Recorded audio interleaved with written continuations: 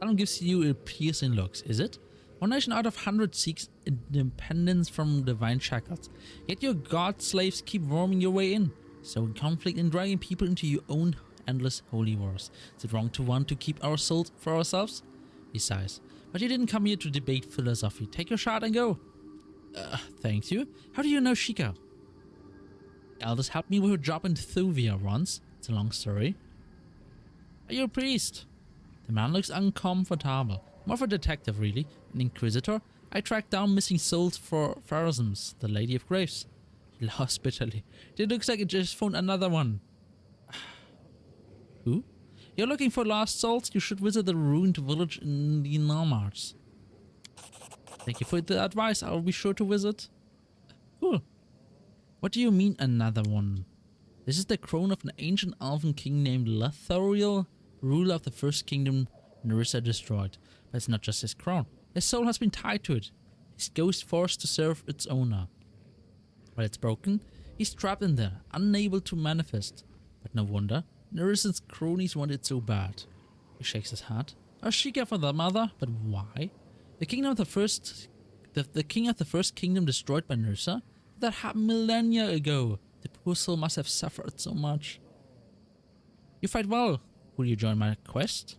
Sorry, even if my grave-rotted master would allow it, I work alone. What? Give me the crown fragment? Straight to the point, aren't you? Well, go on and take it. The damn demon swallowed it before I could grab it. I told Shika I'd track it down, but I won't fight you for it. Especially after you just saved my beard. Shika sent you, why didn't they tell me about it? Who knows? Why Shika does anything. Perhaps they thought they'd already told you. For a god of time, they find it surprisingly difficult to keep straight what has or hasn't happened yet. I've got to keep moving. Goodbye. I've seen a lot of... Oh, safe travels, the man crooks a smile, though I suspect we'll meet again. That's how things work when Shika's involved. I've seen so many movies, series about Doctor Who. So... I know how difficult it can be to keep track of timelines. The Doctor always struggled with that as well. For the most part, this third piece of silver metal used to be part of a flowered crown adorned with emeralds and a leaf and wine motif. Alright. Oh boy. Listen, you can talk all you want about proper precursors and things best left unknown and blah blah blah blah blah, but when someone gives you the disassembled piece of a magical artifact, I don't care who you are, you put that baby together. This last piece of the first crown slot into place, the world thing started glowing with green light and humming. And that's when things got weird. Before we even knew what was happening, we were somewhere else, in indistinctive nowhere with misty walls glowing that same green. Before us floated an elven man, all dressed up like some sort of king. Except that he wasn't a normal king. The last time I checked, elves weren't see through. All that skin doesn't give off wisp of glowing smoke. He stared at us with his blank ghost eyes and said, "You're neither the witch nor worm. Who are you?" So we told him the truth, of course. The Ghost King nodded. "My name is Lethoriel, once called Lethoriel the Wise. You're inside what was my pride and is now my prison. What do you call the first crown?" He gave an ugly smile. Behind him a door manifested in the fog. "I guess you're towards it." "Don't worry. Like me, I suspect you can leave whenever you like." "Time is strange here. I don't know how many millenniums have passed in your world since Nerissa destroyed my kingdom of Rushwood. Only that all memories of it has been lost.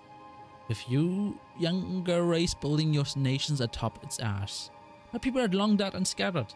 Only I remain trapped in this half-life, denied my proper rest and forced to carry out petty tasks for whichever abomination bears my crown. All thanks to the Nifim Queen." He looked at us expectantly, so we...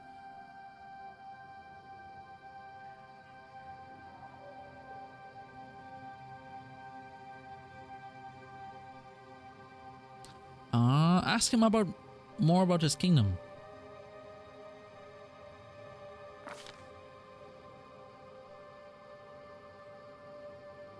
The ghost smile looked pained. Behind him the fog swirled, forming an image of beautiful forest city. "God's my kingdom. was a thing of a beauty, a forest that woofed the trees into its very walls. But now it's gone, destroyed by Nerissa and swallowed up by time in the forest. He laughed bitterly.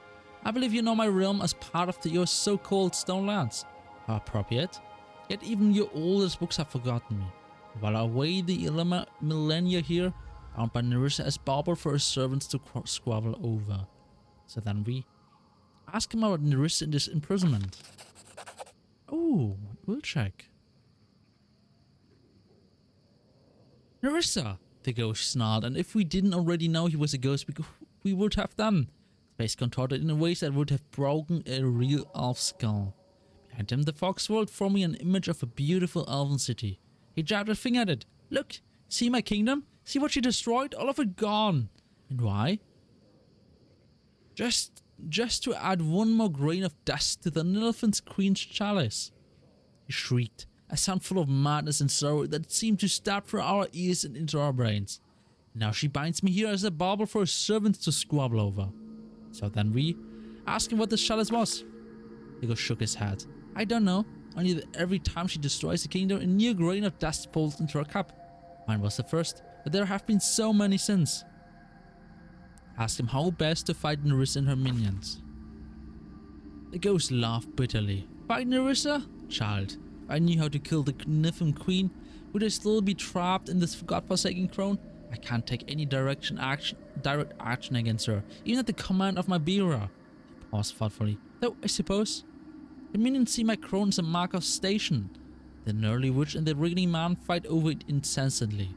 To see it in someone else's hands might fluster them, cause them to make a mistake at a crucial moment. There was another pause, longer this time.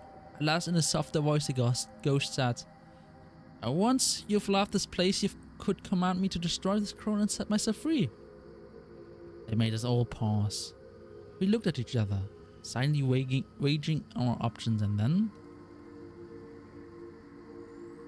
asked him what he would do if he set him free. Why, I'd go to my just rewards, I suppose. Be judged by Farson and join my people in the afterlife.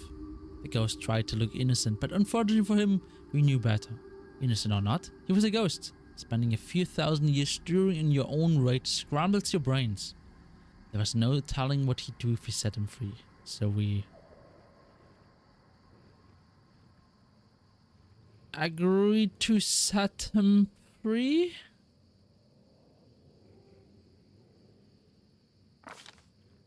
The ghost stared at us. Really?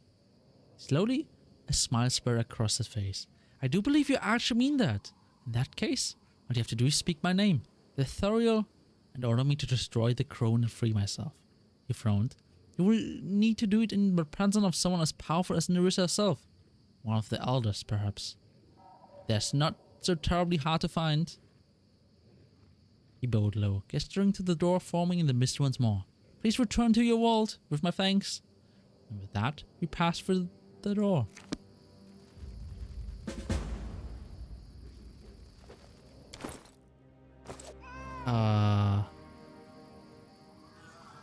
It said nothing good would happen if we free him.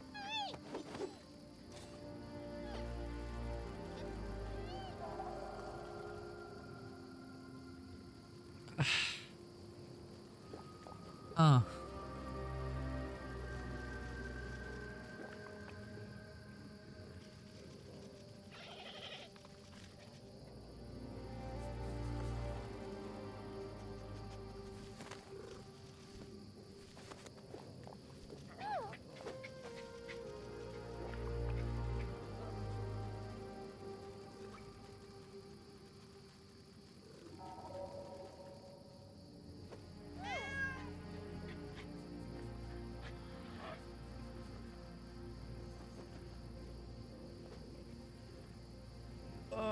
What to do?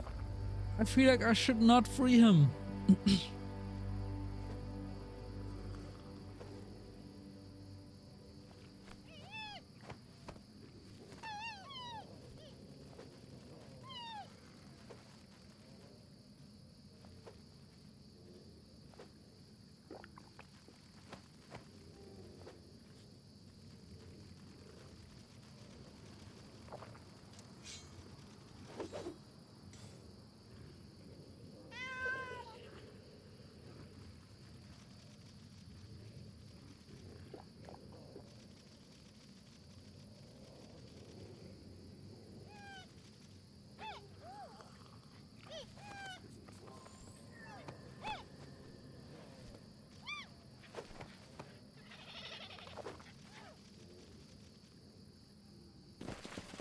Step, step, step.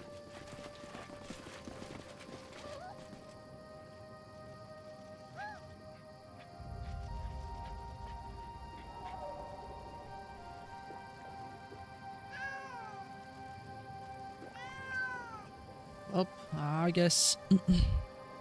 Together we are unstoppable. I cannot imagine something good will happen with that.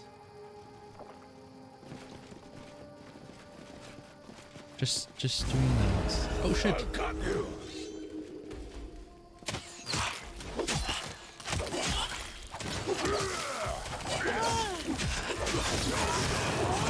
I don't think I should have done that.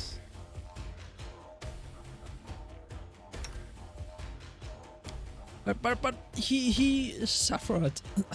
Oh my god, my voice is actually gone. I need to stop. I'm gonna finish this area and then it's actually bad time. There's just absolutely no way. Orange trails look like. Die, die! Wolf? Oh no, prismatic spray is very bad for me. Very, very, very bad.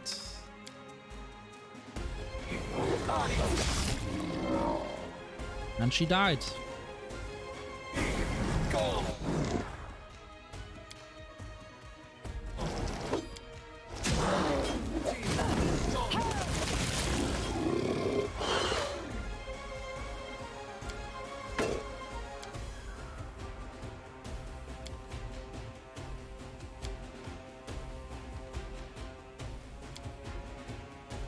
Hit.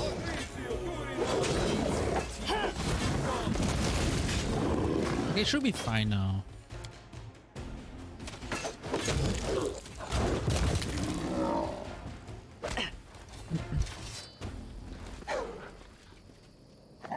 You okay, Wolf? Oh no, he gets attack damaged.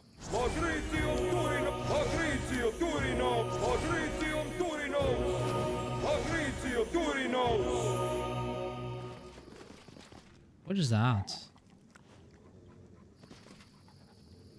I'm actually not sure if I did the right thing, and I'm just questioning my decision now.